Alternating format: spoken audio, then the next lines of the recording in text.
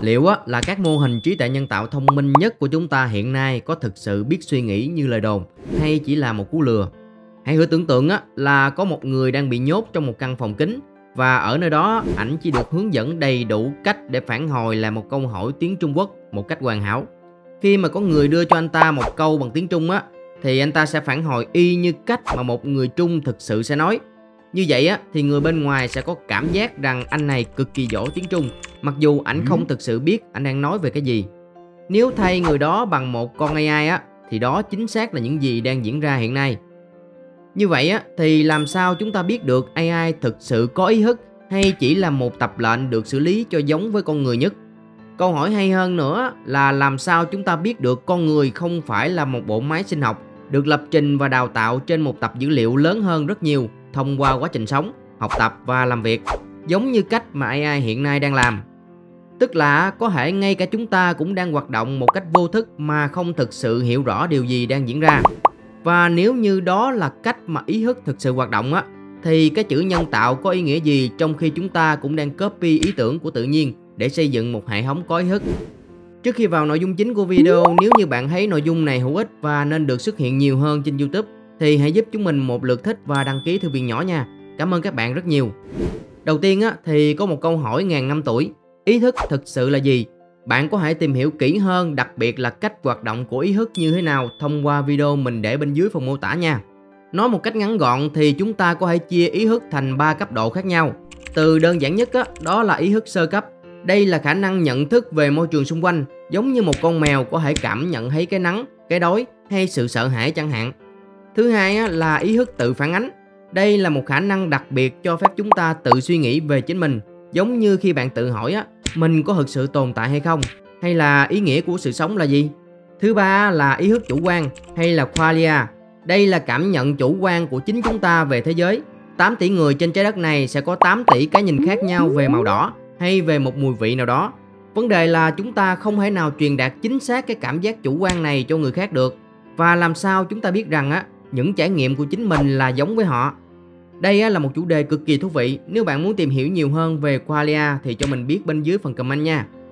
Nói chung thì cả ba thứ này kết hợp lại tạo thành một tâm trí có ý thức và hoạt động một cách cực kỳ phức tạp. Điều thực tế xảy ra là các mô hình AI hiện nay không có bất cứ thành phần nào của một tâm trí có ý thức thực sự. Bạn có thể hỏi một con AI rằng là bạn có thực sự tồn tại hay không, nhưng nó sẽ không thể tự hỏi chính nó điều tương tự. Bạn có thể có cảm giác xúc động và nhớ nhà khi nghe một bản nhạc, nhưng điều đó không xảy ra đối với AI. Người ta có thể huấn luyện cho một mô hình AI có thể đánh bại tất cả các kỳ hữu cờ vua giỏi nhất trên thế giới, nhưng liệu nó có hiểu cờ vua thực sự là gì không? Hay nó chỉ đơn giản là biết trước tất cả các khả năng xảy ra cho từng bước đi của đối thủ nhờ vào lượng dữ liệu khổng lồ mà nó có? Mà một câu hỏi hay hơn nữa là tại sao chúng ta nghĩ là chúng ta biết cờ vua thực sự là gì? Không phải là cách tư duy hay là các nước đi của chúng ta cũng dựa vào lượng dữ liệu từ vô vàn trận đấu thua cuộc trước đó hay sao? Chúng ta ban đầu cũng phải học các quy tắc, các nước đi cờ mà thôi. Vậy thì đâu là sự khác biệt trong cách xử lý dữ liệu của con người và máy móc? Liệu là con người có phải cũng chỉ là một bộ máy sinh học được huấn luyện và đào tạo dựa trên dữ liệu đến từ cuộc sống hay không? Trong khi ý thức là thứ khiến chúng ta nghĩ rằng chúng ta có toàn quyền kiểm soát hành vi của mình thì phần lớn hoạt động thường ngày lại chịu sự chi phối ngầm bên dưới tầng ý thức mà chúng ta không hề hay biết. Đó chính là tiềm thức và vô thức. Vô thức và tiềm thức là những hoạt động bên dưới ý thức. Chúng chứa đựng bản năng sinh tồn, ham muốn và những nỗi sợ nguyên thủy của con người. Và phần lớn những hoạt động thường ngày lại chịu sự chi phối của hai thứ này nhiều hơn là ý thức, thứ mà chúng ta nghĩ rằng chúng ta hoàn toàn có khả năng kiểm soát chúng. Vấn đề là cả ba thứ, ý thức, tiềm thức và vô thức đều được củng cố bởi một nguồn dữ liệu khổng lồ đến từ quá khứ, đến từ bản năng nguyên thủy của con người, từ hoạt động sống và giao tiếp xã hội. Từ từ thì những trải nghiệm đó trở thành khuôn mẫu cho những hành vi và nhận thức sau này của chúng ta. Ví dụ như khi bạn thấy một con rắn thì bạn sẽ phản ứng ngay lập tức. Hoạt động này diễn ra trong vô thức vì bộ não bạn đã được lập trình cho các phản xạ sinh tồn như thế này từ hàng triệu năm tiến hóa. Vậy thì câu hỏi cốt lõi là từ việc nạp dữ liệu, lưu trữ theo các tầng nhận thức, phân tích và rút kinh nghiệm, sau đó đến việc tạo ra thói quen và hành vi phù hợp, thì chúng ta cũng khác gì với một AI sinh học. Sự thật thì não của chúng ta không chỉ xử lý dữ liệu, bởi vì việc xử lý dữ liệu thì AI làm tốt hơn và nhanh hơn chúng ta rất nhiều lần. Mà bức tường ngăn cách AI với con người chính là cái cảm giác về hành vi của chính mình hay là cái cảm xúc về cái điều gì đó. Không đơn thuần là học hỏi từ những lối mòn và đi theo nó. Mô hình suy nghĩ của bộ não chúng ta phức tạp hơn hàng triệu lần. Như đã phân tích bên trên á, bộ não có một khả năng tự vấn mà thậm chí chả cần ai hỏi. Những câu hỏi như vậy tự nhiên xuất hiện xuyên suốt lịch sử loài người. Đằng sau những câu hỏi đó là một động lực vô hình thúc đẩy con người phải tìm kiếm câu trả lời. AI không hề có những thứ như vậy.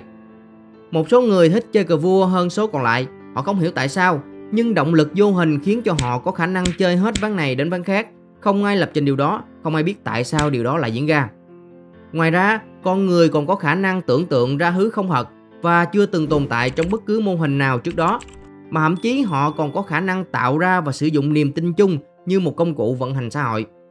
Tóm lại, mặc dù các hệ thống AI ngày càng tinh vi và thông minh hơn, nhưng cho đến nay chưa có bằng chứng cho thấy chúng có thể tự suy nghĩ hay tự nhận thức như con người.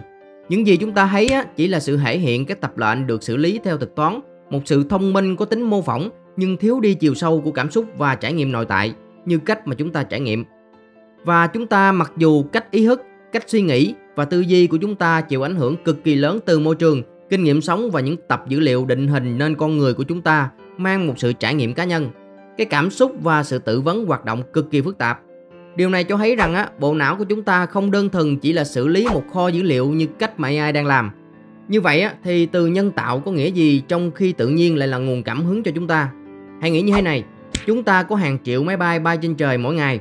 Thiết kế đó phần nào góp nhặt từ những ý tưởng tuyệt vời của loài chim, nhưng chúng ta đã tạo ra một thứ gì đó không có trong tự nhiên. Từ nhân tạo lúc này thường được hiểu đơn giản là được tạo ra bởi con người, một thứ gì đó khác với tự nhiên. Nhưng mà khi nhìn vào quá trình phát triển của cả AI và con người thì cả hai đều thu thập thông tin, xử lý dữ liệu và học hỏi từ kinh nghiệm. Con người thì học hỏi qua trải nghiệm cá nhân và xã hội, còn AI thì học qua việc xử lý khối lượng dữ liệu khổng lồ để nhận diện mẫu và đưa ra quyết định. Nhưng mà các mô hình trí tuệ nhân tạo, chẳng hạn như mạng neuron nhân tạo, được lấy cảm hứng trực tiếp từ cách hoạt động của não bộ, một hệ thống tinh vi được hình thành qua hàng triệu năm tiến hóa. Điều này cho thấy ngay cả khi chúng ta gọi đó là nhân tạo đi nữa, thì phương thức xây dựng và phát triển ý thức của chúng ta vẫn bắt nguồn từ những quy luật tự nhiên vốn là sẵn có. Trong bối cảnh đó, nhân tạo không chỉ còn là khái niệm đơn giản là đồ giả hay là khác biệt so với tự nhiên nữa. Nó là kết quả của quá trình sáng tạo, nơi con người không chỉ sao chép mà còn tái hiện và nâng cao những quy luật của tự nhiên theo cái cách riêng của mình. Nhờ đó chúng ta mở ra một góc nhìn mới là liệu sự phát triển của ý thức có thể xem là một dạng nhân tạo dựa trên cảm hứng và cách thức mà tự nhiên vận hành. Và rồi hệ thống ý thức nhân tạo của chúng ta có phát triển đến một mức độ ý thức tinh vi vượt trội, vượt bậc hơn cả tự nhiên. Một ý thức không chỉ là sự xử lý thông tin một cách nhanh nhẹn và chính xác nữa, mà còn là bao gồm cảm xúc, trải nghiệm chủ quan và khả năng tự phản chiếu, những yếu tố rất khó để sao chép từ tự nhiên. Bạn nghĩ như thế nào? Liệu chúng ta có thể tưởng tượng ra một tương lai nơi mà hệ thống ý thức nhân tạo có khả năng tự đặt ra những câu hỏi triết học, tự phản chiếu và thậm chí trải nghiệm cảm xúc của riêng nó, trở thành một hệ thống ý thức thực sự chưa từng tồn tại? Nếu điều đó diễn ra thì ranh giới giữa ý thức nhân tạo và ý thức tự nhiên có thể sẽ trở nên rất mờ nhạt. Mình rất muốn nghe thêm ý kiến của các bạn trong phần bình luận bên dưới. Và trước khi rời đi nếu bạn muốn thấy thêm nhiều nội dung như thế này, vui lòng giúp mình một lượt thích và đăng ký kênh nha. Cảm ơn và hẹn gặp lại các bạn trong video lần tới.